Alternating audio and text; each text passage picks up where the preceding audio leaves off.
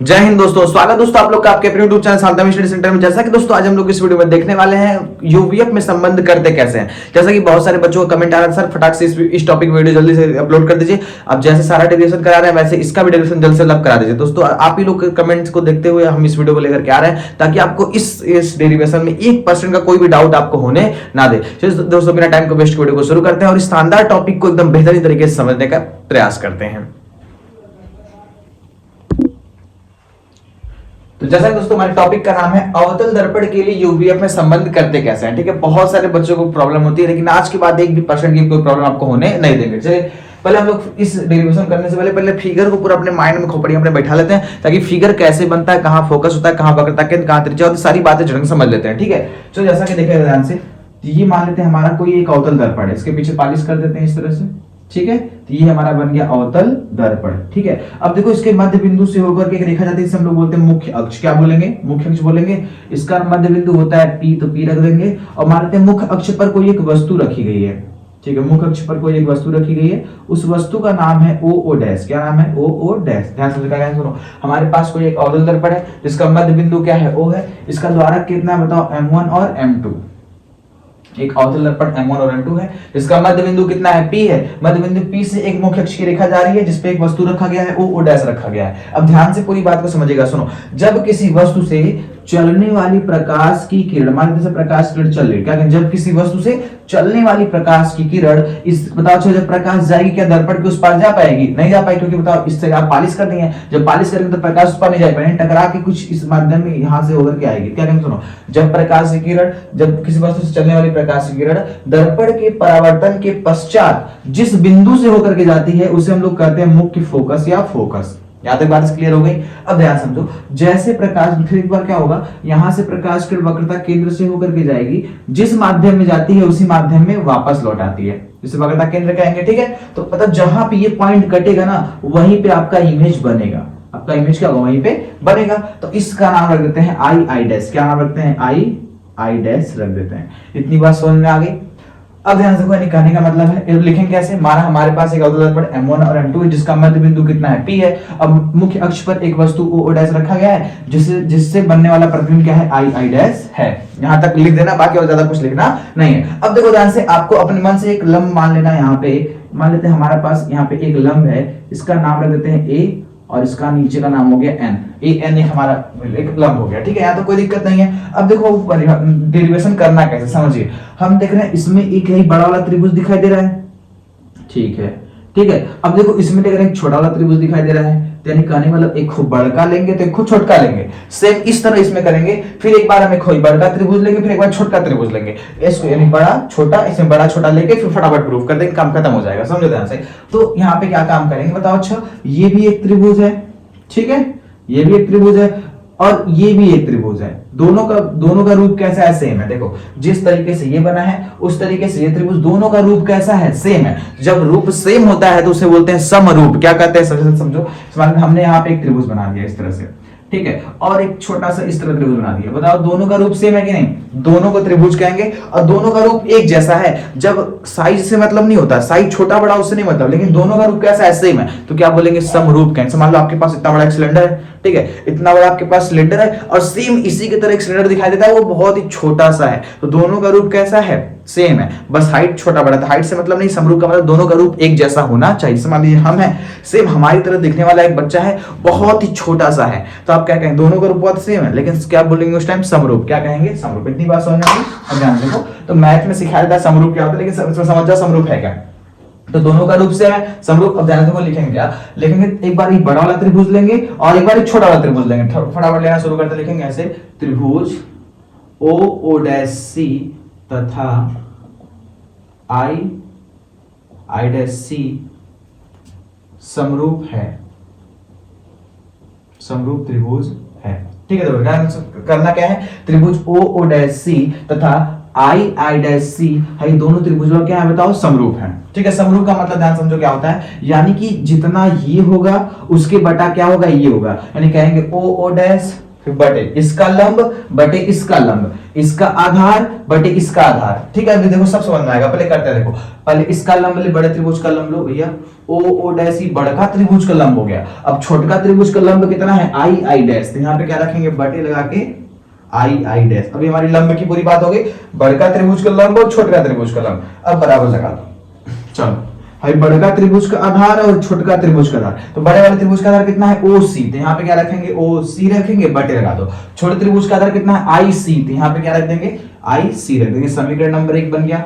बताओ यहाँ तक एक प्रश्न में कोई दिक्कत तो नहीं है ना, सारी बातें समझ में आ रही है। ठीक है, अब आगे ध्यान समझिएगा। सुनो, अभी हम लोग इस वाले बड़े त्रिभुज और इस छोटे त्रिभुज को लिए हैं। अब कहेंगे दो त्रिभुज बच रहा है, देखो एक को भाई वाला बड़का त्रिभुज बच रहा है, ठीक है, और एक भाई छोटका त्रिभुज बच रहा है, तो इसमें लेंगे एक बड़का एक छोटका, लेना शुरू करते हैं। चलो ये देखो, दोनों त्रिभुज ही हैं, दोनों का रूप एक जैसा है, बस हाइट छोटा बड़ा है, तो दोनों का रूप सेम होगा तो बोलेंगे समरूप। तो यहाँ पे लिखेंगे त्रिभुज ए एन एफ, क्या लिखेंगे, त्रिभुज ए एन एफ व त्रिभुज और कौन सा बन रहा है बताओ, आई आई डैश एफ। देखो एक त्रिभुज तो ये बन रहा है आई आई डैश एफ, और एक त्रिभुज बन रहा है ए एन एफ, तो ए एन एफ ले लिया, देते हैं I I dash, I I dash F. दोनों कैसे हैं, समरूप हैं, समरूप है। समरूप होता है क्या होता है, बड़के त्रिभुज का लंब बटा छोटे त्रिभुज का लंब। बड़के, ठीक है, देखो ध्यान से, पहले हम लोग क्या करेंगे, इस बड़े त्रिभुज का लंब हुआ an, तो हम लोग लिख दिए an। छोटे त्रिभुज का लंब हो गया आई आई डैश, तो यहाँ पे लिख दिए आई आई डैश। यहाँ तक काम खत्म हो गया। लंब की बात करते हैं आधार की। ठीक है, देखो बड़े त्रिभुज का आधार कितना है, एफ एन, तो यहाँ पे क्या रखेंगे हम लोग, लिखेंगे एफ एन बटे छोटका त्रिभुज का आधार कितना, एफ आई।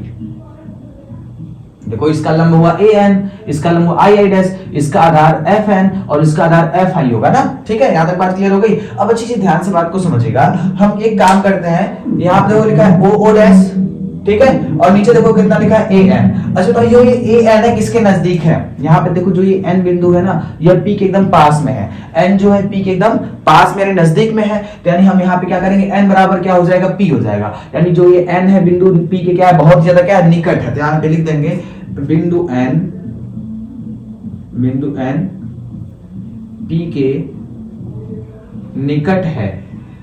क्या होगा बताओ, जो बिंदु n है ना वो p के बहुत ज्यादा क्या है, निकट है, इसलिए हम लोग यहाँ पे क्या लिख देंगे, तो यहाँ पे एफ एन की जगह लिखेंगे एफ पी। क्या लिख देंगे, यहाँ पे लिख देंगे एफ एन बराबर क्या हो जाएगा, एफ पी हो जाएगा। तो उम्मीद करते हैं यहाँ तक बात समझ में आ गई। यानी एफ एन की जगह हमें एफ पी को रखना है, तो यहाँ पे क्या रखेंगे बताओ, तो यहाँ पे एफ एन की जगह एफ पी रख देंगे। ठीक है, अब एक चीज देखो, हम लोग पढ़े आयत, क्या पढ़े, आयत में क्या होती है, आमने सामने भुजा आपस में बराबर होती है। बताओ जितना हाइट इसका होगा उतना हाइट इसका भी होगा, यानी जितना लंबी ये उतना लंबा ये होगा, जितना लंबा ये उतना लंबा ये भी होगा। यानी आयत में आमने सामने की भुजा, देखो ये आयत नहीं बन रहा है, बन रहा है नहीं बन रहा है, यानी जो ऊपर का होगा वही नीचे का होगा, जो सामने का वो भी इसके सामने होगा, यानी आमने सामने भुजा आपस में क्या होगी, बराबर होगी। बताओ ये ओ ओ डैश है और यहाँ पे ए एन है, तो ए एन किसके बराबर होगा, ओ ओ डैश के बराबर, दोनों आपस में क्या होंगे, बराबर होंगे। तो यहाँ पे लिख देंगे हम लोग, लिख देंगे यहाँ पे ओ ओ डैश बराबर है किसके, ए एन के क्या है, बराबर है। यहां तक तो कोई समस्या नहीं है। तो ओ डैश बराबर ए एन है। बताओ ओ ओ ए एन की जगह हम लोग क्या रखेंगे, ए एन की जगह रखेंगे ओ ओ डैश, तो यहाँ पे रखेंगे ओ ओ डैश बटे नीचे का सेम है, हम लोग का बचेगा आई आई डैश, बराबर लगा देते हैं। ऊपर बताओ एफ एन,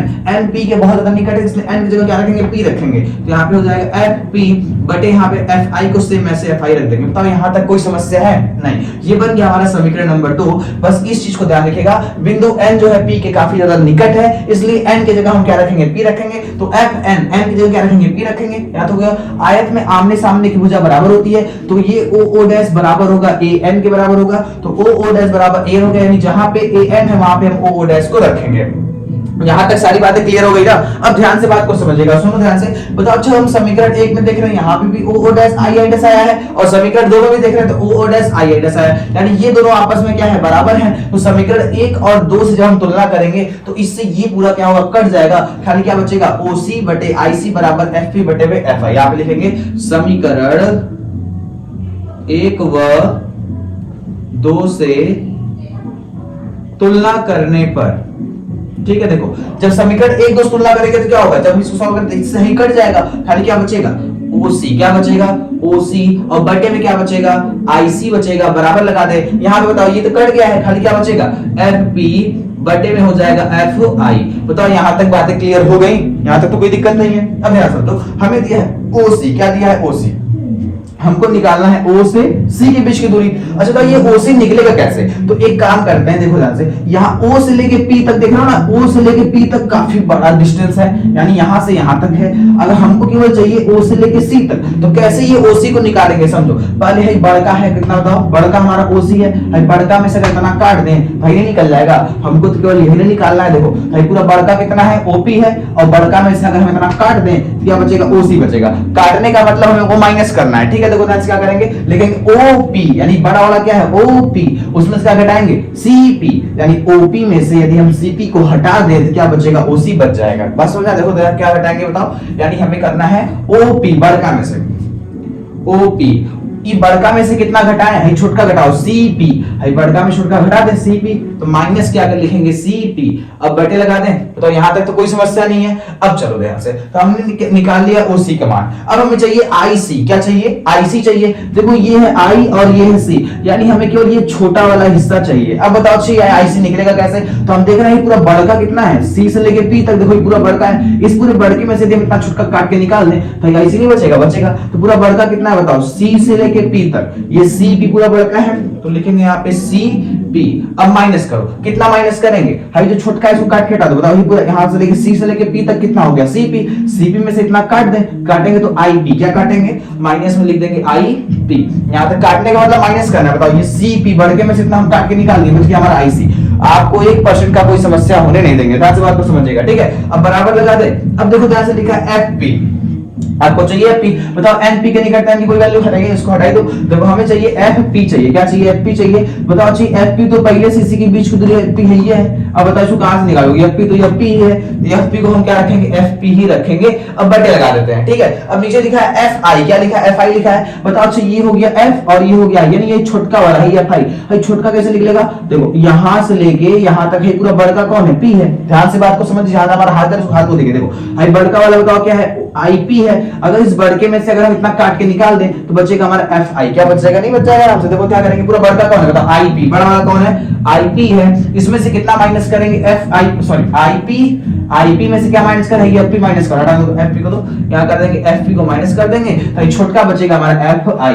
तो इतनी बात समझ में आई कैसे कैसे यहाँ पे क्या क्या हो रहा है। तो उम्मीद करते हैं आपको ये सारा चीज समझ में आ गया होगा। चलिए ध्यान से देखिए, अब आगे सॉल्व करते हैं, ठीक है। देखो ध्यान से OP है, क्या है होगा फटाक से OP, ये हमारा हो गया O और ये हो गया P। तो यहां से लेके यहां तक वस्तु की दूरी है, बताओ यहां से यहां तक किसकी दूरी है, बताओ वस्तु की दूरी है। तो वस्तु की दूरी को लिखते हैं हम लोग किससे, U से। किससे लिखते हैं, U से। और अवतल दर्पण हो चाहे उत्तल दर्पण हो चाहे समतल, चाहे कोई दर्पण हो, उसमें हमेशा वस्तु की दूरी क्या होती है, माइनस होती है, आपको जैसा कि बताया जा चुका है, ठीक है। अब यहां समझिए, यहाँ O से लेकर अगर हम P की बात करें तो ये वस्तु की दूरी कितनी होगी, U, और U हमेशा क्या होता है, माइनस, यानी U क्या हो जाएगा बताओ फटाक से, माइनस हो जाएगा। यहां तक बात क्लियर हो गई। अब ध्यान से बात को समझो, अगर हम बात करें CP, क्या लिखा है, CP लिखा है। तो चलो C से P तक चलते हैं, ये C हो गया और ये P हो गया। तो बताओ जब आप वृत्त को बनाएंगे इस तरह से, तो ये आपकी क्या बनेगी, त्रिज्या। देखो यानी वृत्त जब इस तरह बनेगा तो यहां से लेके यहां तक आपकी क्या होगी, त्रिज्या होगी। और वृत्त मतलब वक्रता त्रिज्या को हम लोग लिखते हैं कैपिटल R से। अब बताओ अवतल दर्पण में त्रिज्या भी क्या होगा, माइनस होगा।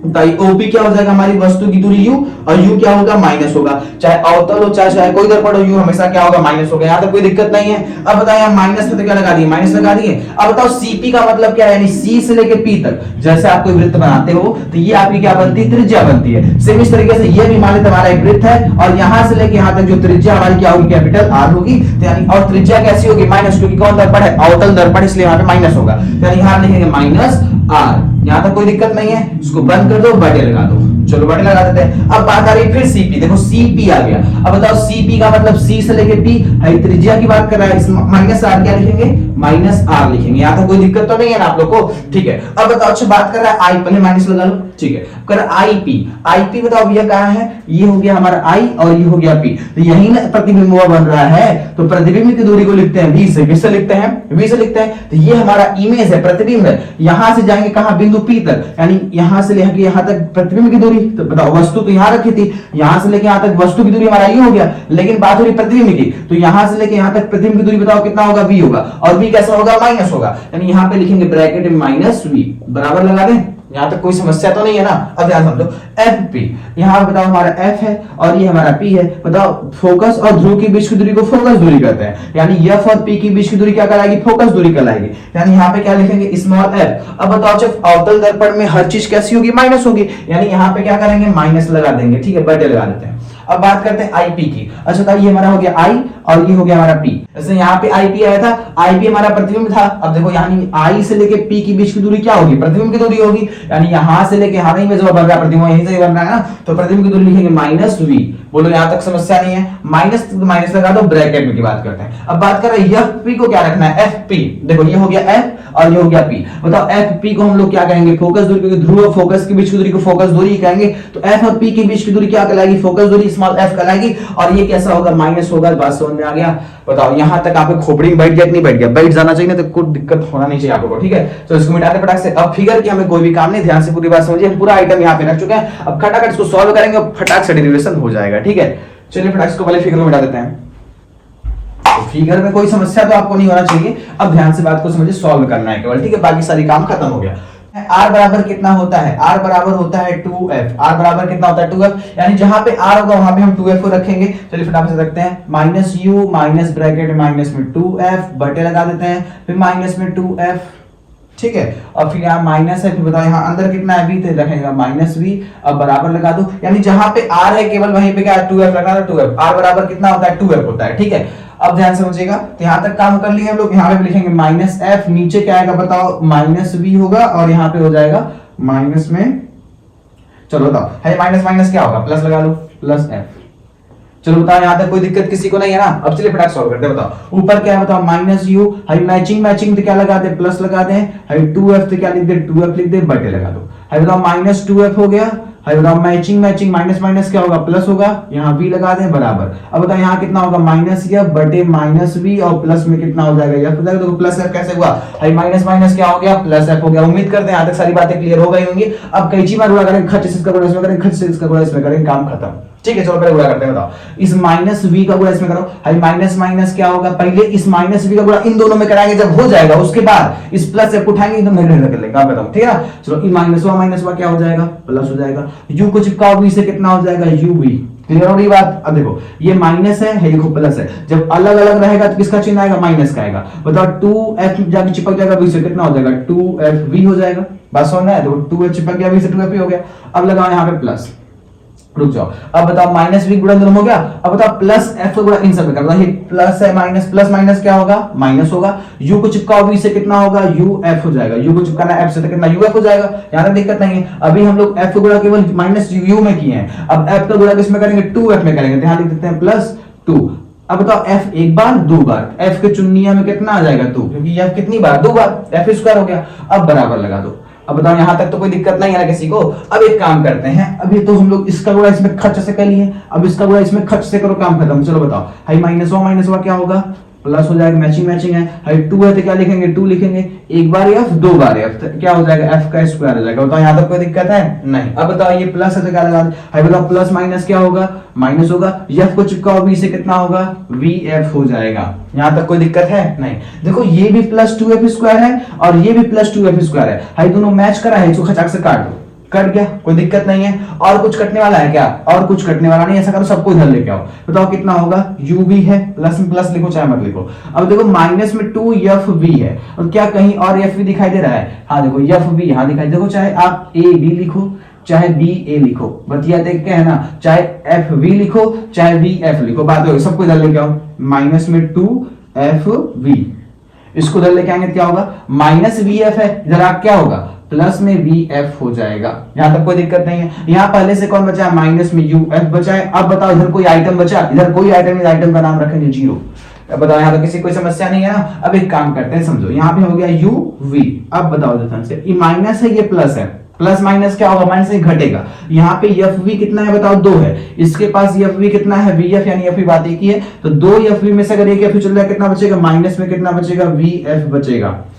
देखो यहाँ पे 2 ठो वी एफ है, यानी 2 एफ वी है, यहाँ पे 1 एफ वी है, तो 2 में से अगर 1 घटाएंगे कितना बचेगा, 1 बचेगा, तो 1 वी एफ लिखो चाहे एफ वी लिखो, बात वही है। अब यहाँ लिख देते हैं माइनस में यू एफ बराबर क्या लगा दे, 0। बोलो यहाँ तक कोई समस्या किसी को है? नहीं, पूरा डेरिवेशन हो गया खत्म। अब जैसे ही इतनी सारी काम कर लेंगे, उसके बाद आपको लास्ट में करना क्या है, लिख देंगे पूरे समीकरण में। क्या लिखेंगे? पूरे समीकरण में किससे भाग करेंगे? यूवीएफ में समझ, तो यूवीएफ से भाग करेंगे। किससे भाग करेंगे? यूवीएफ से भाग करने पर, भाग करने पर। चलो फिर भाग करो, बताओ पहला कौन है? यूवी है, इसमें किससे भाग करेंगे? यूवीएफ से भाग करेंगे माइनस। वीएफ है, इसमें किससे भाग करेंगे? यूवीएफ से भाग करेंगे माइनस। यूएफ है, इसमें किससे भाग करेंगे? यूवीएफ से भाग करेंगे बराबर 0। यानी कहने का मतलब इस पूरे समीकरण हम यूवीएफ से भाग करेंगे, इसमें भाग करेंगे तो 0 ही आएगा, उसमें कोई मतलब नहीं। देखो ध्यान से, तो ये यूवी से यूवी खत्म, ऊपर एक बचेगा। अब बताओ, अच्छा ये वीएफ से वीएफ खत्म, ऊपर एक बचेगा। अब देखो ध्यान से, ये यू से यू खत्म, ये एफ से एफ खत्म, ऊपर खाली एक बचेगा। बताओ इसमें क्या बचा? 1/f बचा, माइनस 1/u बचा, और माइनस 1/v बचा, बराबर क्या हो गया? 0। बोलो यहाँ तक किसी कोई समस्या है? नहीं। एक काम करते हैं, इन सबको उधर ले जाओ, माइनस वाले को उधर ले जाएंगे प्लस, इसको ले जाएंगे प्लस, क्या होगा बताओ? 1/f बराबर कितना हो जाएगा? इसको उधर ले जाएंगे तो होगा 1/u प्लस में, इसको उधर लेके जाएंगे तो क्या होगा? प्लस में 1/v हो जाएगा, जैसा कि हमें यही प्रूफ करके दिखाना था। तो अब बताओ कोई समस्या थी इस सवाल में? इस डेरिवेशन में कोई दिक्कत था आप लोग को? नहीं। तो उम्मीद करते हैं आपको ये सारा डेरिवेशन एकदम अच्छे तरीके से आपको बढ़िया बैठ गया होगा। अगर आपको वीडियो अच्छी लगी हो तो वीडियो को लाइक कीजिएगा, और चैनल पर नए हैं तो चैनल को सब्सक्राइब करके एक प्यारा सा कमेंट करना मत भूलिएगा। तब तक मिलेंगे आपको नेक्स्ट वीडियो में नेक्स्ट टॉपिक के साथ। तब तक के लिए बाय बाय, जय हिंद, वंदे मातरम।